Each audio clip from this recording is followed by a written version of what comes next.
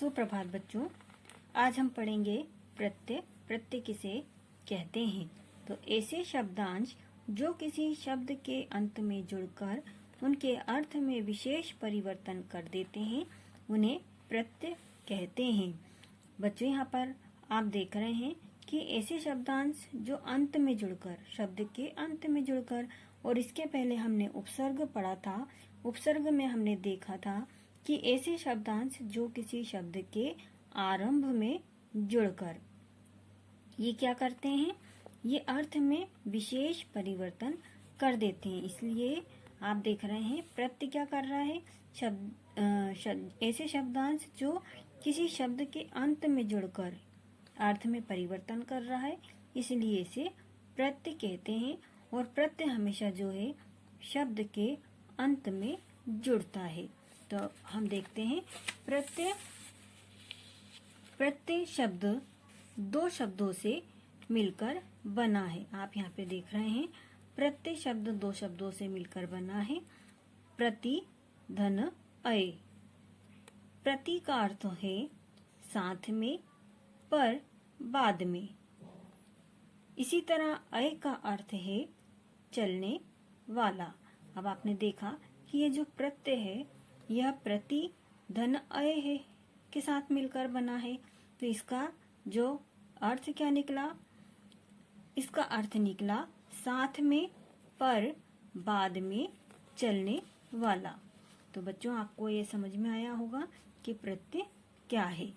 इसके बाद आइए हम देखते हैं यहाँ पे इसके उदाहरण। ये क्या दिख रहा है आपको? अगर इसे मैं छुपा दूं तो आप क्या देखेंगे कि ये आपको जो चित्र दिख रहा है यहाँ पे ये क्या है, सब्जी है। और अगर इसमें भी मैं इसको हटा दूं तो अब आपको क्या दिख रहा है, केवल यहाँ पर ये सब्जी दिख रही है। अब सब्जी ये क्या है, मेन शब्द, यानी आपका मूल शब्द आपको क्या दिखा, सब्जी दिखा। क्योंकि सब्जी स्वयं चलकर तो नहीं आई है और न स्वयं चलकर जाएगी, या ये स्वयं कुछ कार्य नहीं कर सकती है। इसको कोई ना कोई किसी के द्वारा किया जा रहा है। अब अगर यहाँ पर इसे जोड़ दिया जाए तो अब आप इसे क्या कहेंगे? तो जो मूल रूप था वो हमारा क्या था, सब्जी। अब इस सब्जी को कौन लाया और कौन इसका देखरेख कर रहा है? तो जो व्यक्ति करता है उसे हम क्या बोलते हैं, इसको हम सब्जी वाला के नाम से संबोधित करते हैं। तो अब सब्जी के साथ जो आप देख रहे हैं वाला, ये वाला क्या है, यह प्रत्यय का काम कर रहा है। तो सब्जी, धन, वाला, तो क्या हुआ, ये सब्जी वाला।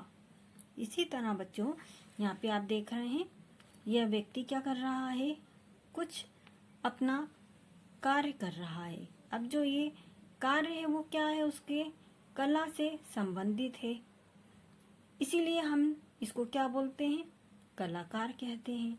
तो यहाँ पे आप देख रहे हैं कला मूल शब्द, धन, कार, तो क्या बना ये, कलाकार।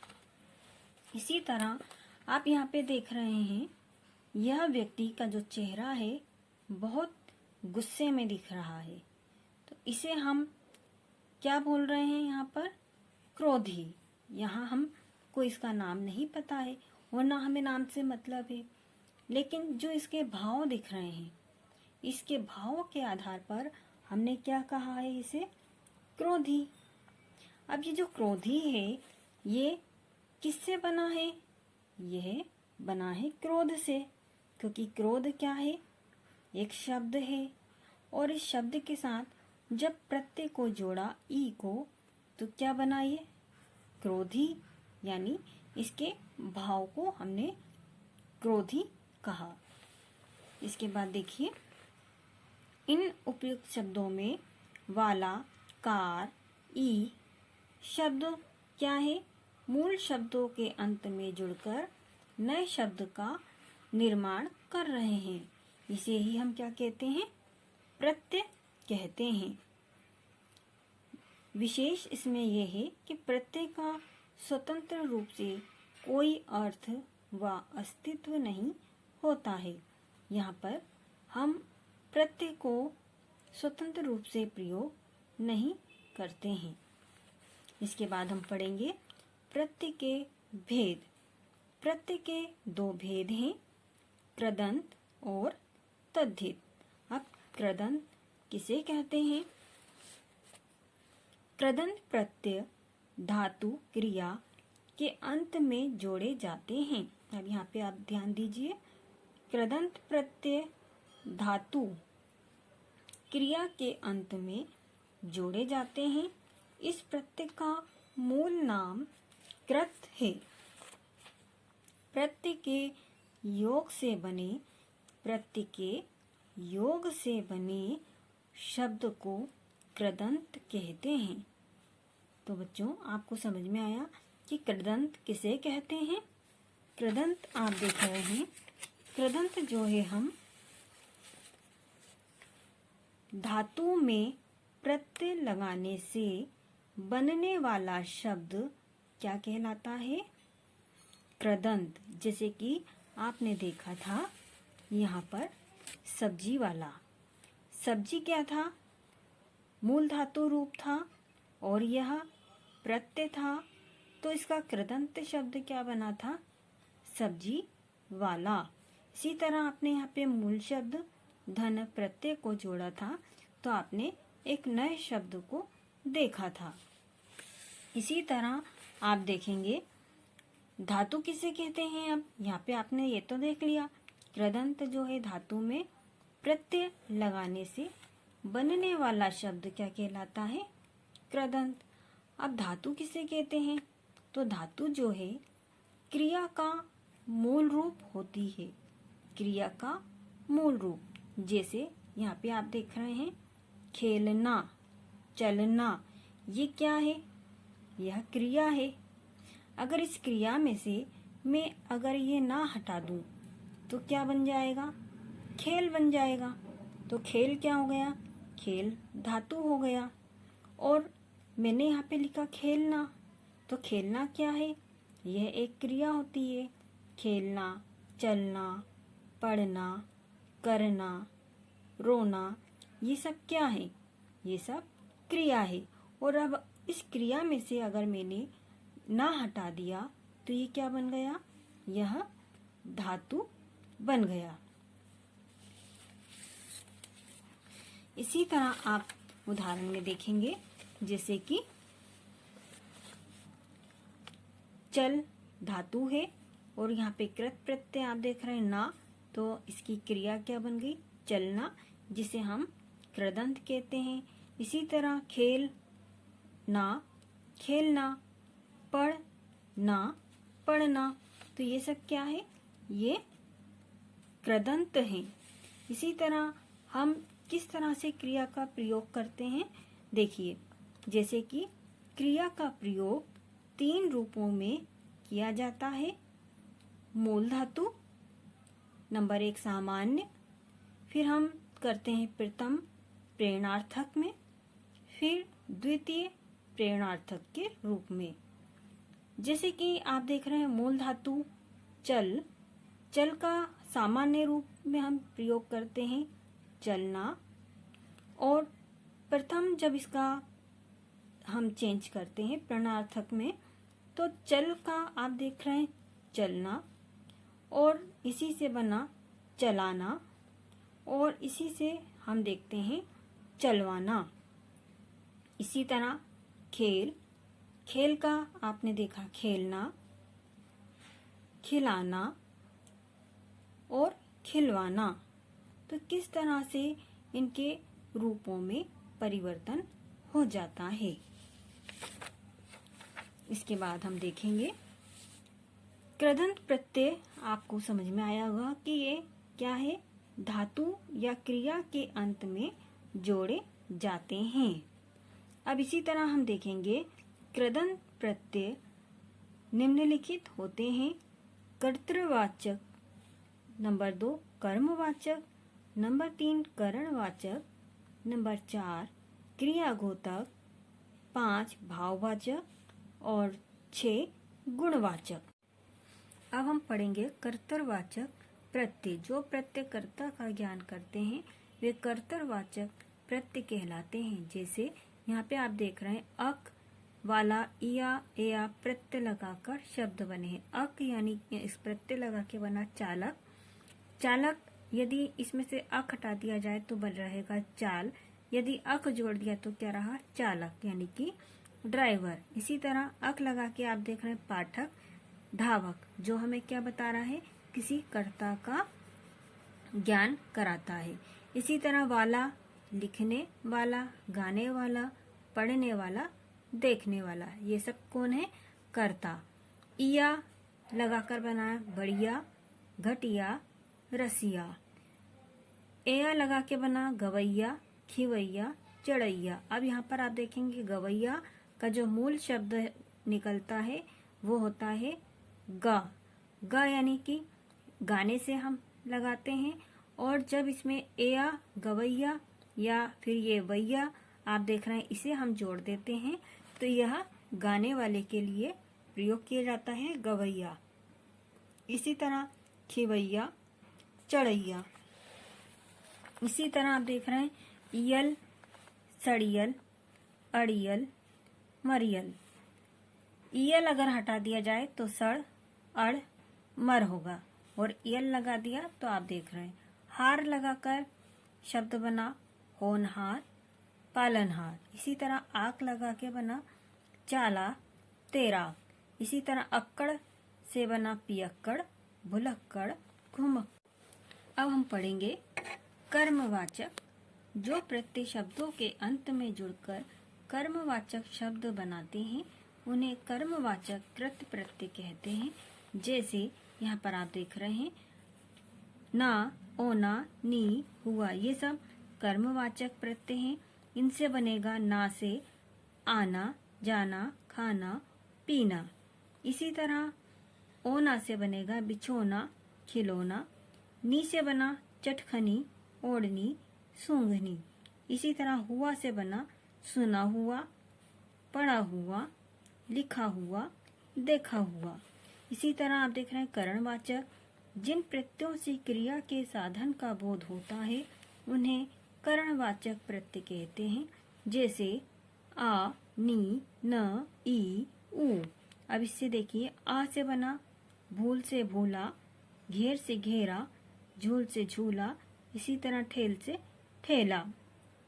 नी से बना चटनी, सूंघनी, रचनी। ना से बना बंधन, झाड़न, बेलन, ढक्कन। इसी तरह ई से बना फांसी, भारी, रेती, लोभी। ऊ से बना झाड़ू, आड़ू। अब हम देखेंगे क्रियाघोतक। जो प्रत्यय शब्दों के अंत में जुड़कर क्रियावाचक संज्ञा, विशेषण आदि शब्दों की रचना करते हैं उन्हें क्रियाघोतक प्रत्यय कहते हैं। जैसे आ से बना पढ़ा, लिखा, जागा, सोचा, बोला। ता लगा के बनेगा बहता, गाता, खाता, पीता। इसी तरह कर लगा के बनेगा आकर, जाकर, लिखकर, पढ़कर, खाकर। आलू प्रत्यय लगा के बनेगा कृपालु, श्रद्धालु, दयालु। इसी तरह यह प्रत्यय लगा के बनेगा खाया, पिया, गाया, रोया। एरा प्रत्यय लगा के बनेगा लुटेरा, कमेरा, ममेरा। इसी तरह भाववाचक। जिन प्रत्ययों से बने शब्द भाववाचक संज्ञा का बोध कराते हैं उन्हें भाववाचक कृदंत प्रत्यय कहते हैं। यहाँ पर आप देख रहे हैं आई से बना पढ़ाई, लिखाई, हंसाई, चिनाई। इसी तरह आन लगा के बना थकान, मिलान, लगान, थकान। बच्चों इसी के साथ हम आगे देखते हैं कुछ और शब्द। जैसे कि आप से बना मिलाप, आव से बना बहाव, गिराव, रिसाव। आवट से बना सजावट, लिखावट, थकावट। इसी तरह आहट से बना घबराहट, जगमगाहट, गुर्राहट। आस से बना निकास, छपास, प्यास। इसी तरह गुणवाचक जिन प्रत्ययों से बने शब्द गुणों का बोध कराते हैं उन्हें गुणवाचक प्रत्यय कहते हैं।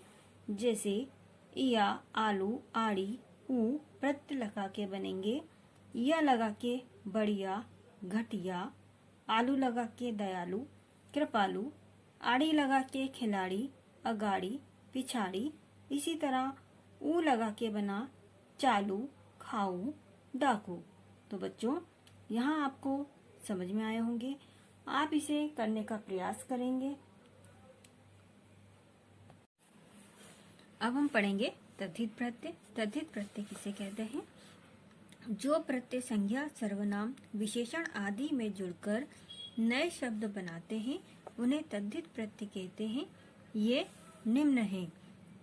बच्चों जैसा कि हमने अभी तक कृदंत पढ़ा था, तो देखिए तद्धित क्या होता है? क्रिया से भिन्न शब्दों में जुड़ने वाला प्रत्यय। यानी अभी तक हमने कृदंत के अंतर्गत क्रिया में हम प्रत्यय जोड़कर नए शब्द निर्माण कर रहे थे। अब हम करेंगे संज्ञा, सर्वनाम, विशेषण में प्रत्ययों को जोड़कर। जैसे कि नंबर 1 कर्तृवाचक तद्धित प्रत्यय।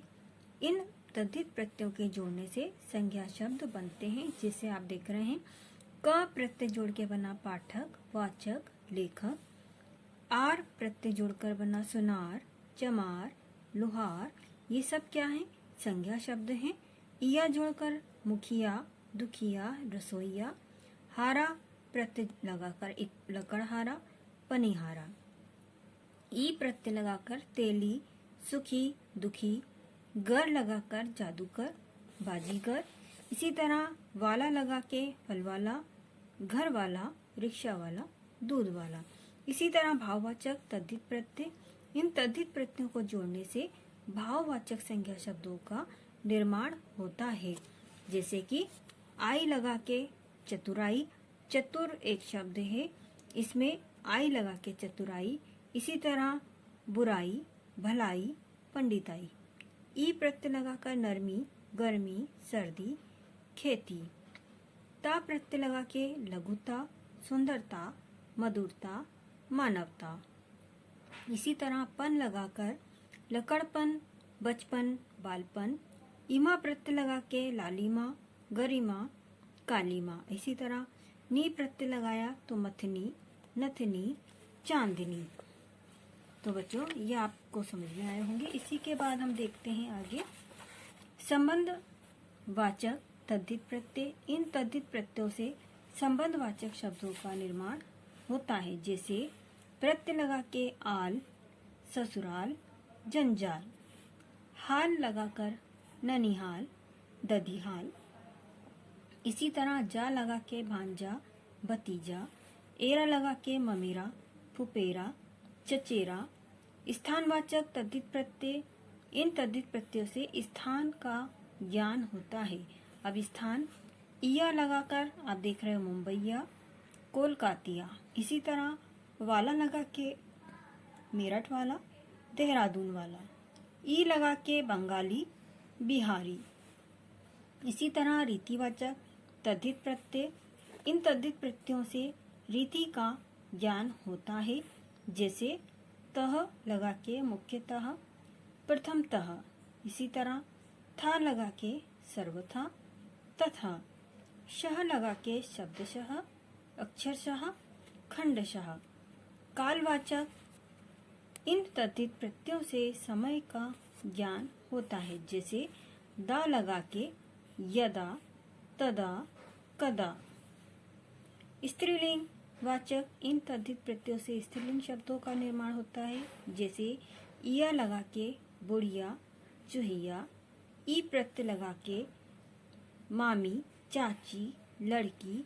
आर प्रत्यय लगा के शिष्या, सुता। नी लगा के मोरनी, शेरनी। इसी तरह बहुवचन वाचक इन तद्धित प्रत्ययों से बहुवचन शब्दों का निर्माण होता है। जैसे ए लगाकर पत्ते, रास्ते, कपड़े। ए लगा के कन्याएं, कलाएं, बालाएं। या लगा के लड़कियां। अब हम करेंगे उपसर्ग तथा प्रत्यय का एक साथ प्रयोग। उपसर्ग देख रहे हैं आप, अनु उपसर्ग, करण मूल शब्द, इय प्रत्यय, बना शब्द नया अनुकरणीय, स्व उपसर्ग अवलंब मूल शब्द, ई प्रत्यय बना स्वावलंबी, बे उपसर्ग रोजगार मूल शब्द, ई प्रत्यय बना बेरोजगारी। इसी तरह उप उपसर्ग कार मूल शब्द, ई प्रत्यय उपकारी नवनिर्मित, स्व उपसर्ग अल्प मूल शब्द, ता प्रत्यय लगा तो बना स्वल्पता। इसी तरह निर उपसर्ग दया मूल शब्द, ई प्रत्यय लगकर बना निर्दयी। अ उपसर्ग मानव मूल शब्द, ईय प्रत्यय बना अमानवीय। उप उपसर्ग कार मूल शब्द, ई प्रत्यय लग के बना उपकारी। वि उपसर्ग ज्ञान मूल शब्द, इक प्रत्यय लग के बना वैज्ञानिक।